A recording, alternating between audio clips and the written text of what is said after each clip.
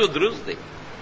کینا و پاسا نه د چې په مانځه په قیام پیشو نه په رکوع پیشو نه په سجده پیشو نه په یو خبره تکو ضرور ولی ولی نصیحت خو ورولي وي کنه چاته چې څوک نصیحت کوي هغه ورولي وي ضرور ولی په دې ما خوشالېږي چې ما څلوېښت رکعته مونځ وکړو شل مې وکړل دوه وکړه خو خشته وکړه داسې ده که نه ده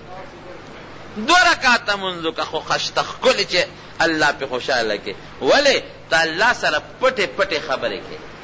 نو چې الله سره پټې پټې خبرې کوي نو د خوند ورسره وکړي زموږ شاد محمد لره د خدای پاک وبخي جمعې مانځله به دلته راته نو ما سره به مانځله پس کېناسته خو ټوقي و ټقالي و ګپې به یې لګولې نو ما ته به وی رواره وی د شپې چې خدای ته پاسم وی ګپ شپ ورسره لګوم وی کېنم ورسره نو وی خدای پاک سره ګپ شپ لګوم نو وی ډېر ګپ شپ ورسره ولګوم نو ګوره الله سره خو څوک ګپې نه لګوي خو مطلب دا دی چې الله ته په زارۍ سړی منځ کوي یا لاس ورته ونیسي او د الله نه غوښتنه کوي په زارۍ دا ګپ شپ شو که نه خراب ګپ شپ نه خو لویه ګناه ده نه د مینې خبرې د ناس خبرې چې رب العالمین ته د لاسونه اوچت کړه او د ناز او د مینې خبرې ورته کوي یا رب یا الله ګوره حدیث پاک کې راځي و یو سړی ګناه کوي ګناه وایي چې ګناه وکړي نو رب العالمین ته ودرېږي یا الله یا رب لفظ د رب پروردگار پالونکي ته وایي ما دا ګناه وکړه انی اذنبت ذنبا فاغفر لی ما وبخه وی الله څه وایي الله فرشتو ته وایي اعلم عبدی ان له ربا د دې بنده ګوره دام یو عقیده شته چې زما رب شته دا بنده رب مني او کم رب یغفر الذنوب چې ګناه بخي دا بنده ما ته رب وایي او په مې دا یقین دی چې د رب مې موضوع ګناه بخم بالکل قد غفرت لک بنده مې بخلی نو سار له بیا ګناه وکړي نو بیا راشي الله ته ودرېږي په مانځه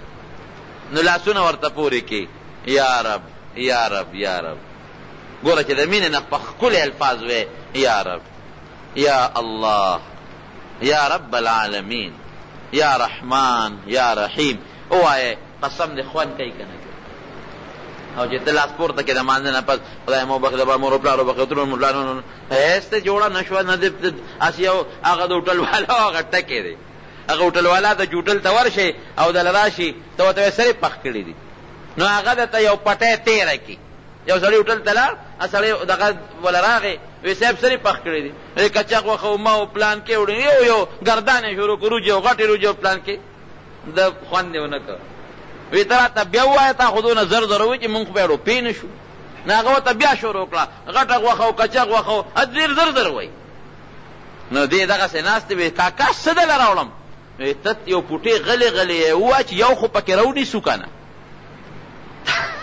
چې یو پکې راونیسو تا خو دومره زر زر وایي چې مونږ پکې یو هم راګیر نه کړه چې آخر څه شی دی او څه شی نه دی نو زمونږ هغه دعا هم دغه شی دی مونځ هم دغه شی دی بس اول الحمدلله رب العالمین الرحمن الرحیم مالک یوم الدین ایاک نعبد و ایاک الکه دا څه کېده دا څه دی وایي څه دی دا خو مونځ نه دی که نه حدیث پاک کې راځي د ابو هریره رضی الله عنه حدیث زور دا ځان پوه کې په دې خبرو وایي پیسو ته مه خوشحالېږې په دې خبرو ځان پوه کې وایي چې بنده وایي الحمدلله رب العالمین په مانځه ته ودرېدې ګوره الله ته دې مخ کړې او لاسونه دې دلته لاول دې لاس اوچت کړل ته وایي الله اکبر لاس دې پورته کړل نو دا لاس پورته کول د دې ټولې دنیا نه تا ځان ویزاره کړ ټولې دنیا نه ویزار یم الله تا ته ودرېږم ته ډېر لوی او بیا دې لاس د نامه د پاسه کېښودل نو ځان ته دې د خپل لاس اتکړی واچولې ځان مې راته الله په خپله وتړه نو چې د هغې نه پس څه نه وې سبحانک اللهم او بیا اعوذ بالله او من الشیطان الرجیم بسم الله الرحمن الرحیم او بیا وې الحمدلله رب العالمین ثنا او صفت د الله دپاره هغه الله چې د ټول مخلوق پروردګار دی نو ابو هریره رضی الله عنه فرمایي چې الله وی نبی علیہ السلام دا الله نه نقل کوي چې رب العالمین فرمایي چې اثنا علی عبدی حمدنی عبدی بنده زما صفت وکړه ټولو فرشتو ته اعلان وکړه فرشتو اعلان واورئ فلان کې بنده په فلان کې جماعت کې ولاړ دی او زما صفته وکړه، زما حمد وي، زما حمد وي. نو چې بیا بنده وي الرحمن الرحیم، یا الله ډېر زیات مهربانه، ډېر زیات رحم کوونکی پروردگاره. الله بیا اعلان وکړي فرشتو ته، فرشتو اعلان واورئ فلان کی بنده زما ثنا ووي، ما ته رحمان او رحیم ووي. نو چې بیا بنده وي مالک یوم الدین، یا الله د قیامت داغه جزا او د سزا داغه لوی ورځې مالک، هغه وخت کې بل الله نشته، بل بادشاہ نشته بیستانه. نو رب العالمین فرشتو ته اعلان وکړي مجدنی ربی، دې بنده زما لوی بیان کړه، اعلان کې دونه په خوشاليږي. نو چې بیا دا بنده وای ایاک نعبد و ایاک نستعین، یا الله خاص ته عبادت کوم ګوره د بل چا نه کوم، یا الله خاص ته امداد غواړم ګوره د بل چا نه غواړم. نو اعلان وکړي الله هذا لی ولعبدی، دا زما د بنده مینس کې هغه ده د مینځ هغه د ګپ شپ خبره شوه، د مینې خبره شوه. ولې؟ ځکه دې زما عبادت کوي، ما ته معبود وي او ځان ته عابد وي، ما نه امداد غواړي، دې غوښتونکی شو او په ما یقین چې دې ولا ورکوم. نو چې بیا دې وي اهدنا الصراط المستقیم، یا الله ما ته نیغه لاره د جنت وښیه،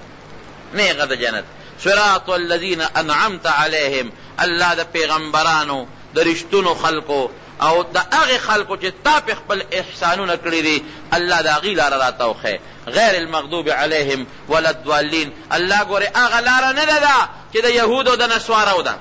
د عیسایانو د نسوارو د کافرو لاره نه ده، دا د نیکانو خلقو لاره ده. نه رب العالمین غواړم. نو الله وی ولعبدی ما سأل، بنده چې څه سوال کوي ګورې ولی قبلومه، بنده چې څه سوال کوي قبلوم ولا، چې ته آمین یا الله زما دعا قبول کړه، الله قبول مې کړه، عجبتو که قبول مې کړه. نو اوس داسې به په طریقه به خپل منځ کوې که نه، لاس به الله ته ونیسي که د مانځه نه باري، او که منځ کې دنې په دینامه یې کېده او په مینه رب العالمین ته سوال وکړه، او بیا ورپسې د قرآن صورت ووایه قل هو یا بل. نو چې بیا دې ښکته شوې په زنګون دې لاس کېښوده او په رکوع کې رب العالمین ته ودرېدې، ټیټ شوې ورته چې څوک دله مشر راشي او لږ غوندې سر ورته ښکته کړي، هغه څونه خوشحاله شي، بس نه لاس کې دې لږ ښکته شي. نو الله ته تا رکوع کړه او بیا چې سجدې له لاړې نو پوزه دې ورته راښکه، پوزه دا تندی دې ورته په ځمکه کېښود، که څوک دې راونیسي چې شا به ما ته را پوزه راکاږه، وایي مړ به مې کېښو داسې به ونه کړم، زه چا ته پوزه راکاږم او الله ته موږ څونه پوزې راکاږي، په ځمکه ورته څنګه سرېږي. سبحان ربی العظیم، اے رب زما ډېر لوی رب او ته د هر عیب نه پاکې. سبحان ربی الاعلی، زما لوی رب د هر عیب نه پاک دی. څونه ښکلې معنی ده. او چې بیا په تحیاتو کښېنې الله اکبر، الله ډېر لوی دی. التحیات لله والصلوات والطیبات، د خولې عبادتونه، د مال عبادت، بدنی عبادت، دا ټول الله لري، دا ټول د الله کوم. السلام علیک ایها النبی ورحمت الله وبرکاته. په معراج کې چې نبی کریم صلی الله علیه وسلم د الله سره ملاقات کړو او یو بل سره کومې خبرې کړې وې هغه هم په مانځه کې وې. نبی علیہ السلام ته الله څه وایي؟ نبی علیہ السلام ته څنګه دی؟ التحیات لله والصلوات والطیبات، السلام علیک ایها النبی، اے پیغمبر پتا دې سلام، دا الله رحمتونه و برکتونه دي درمان. او نبی علیہ السلام سوئی السلام علینا وعلى عباد الله الصالحین، پما او زمون پدې زما دا امت چې ګناهګار دی او نیکان دي، علینا ګناهګار ځان سره مرګ کړ، او علی عباد الله الصالحین نیکان او ګناهګار او پمون پټولو دې الله ستاسو سلامي. بیا به درود شریف وې په نبی علیہ السلام، بیا به دعا کې ربنا آتنا فی الدنیا حسنه، سلام به وګرځو. نو دا د مینې عبادت په خوند او خشته ښکلې مزېدار عبادت، داسې عبادت ته د پروردګار د الله وکړه چې په الله خوشحالېږي او که په نه خوشحالېږي. دروز به نه ورکړې، بس یو کرده دې جوړ کړی دی لکه هغه هوټل والا چې د راشي ورته وایي دا شی پخ کړی دی، یو قصه دې پر پړه دې جوړه کړې ده. الله ته لاسونه ونیسه، په مینه ته سوال وکړه، الله ته ودرېږه، وجاړه ورته. نو موږ څومره دې پورې مې خبره کوله چې ابوبکر صدیق رضی الله عنه به مونځ کوو، خلک به مسلمانول، موږ څه وکړل؟ یو سړی راغلی و چې تا کافر مسلمان شو جومات ته ننوت چې ننوته ملګری و دې سپلی دی اوچته کړ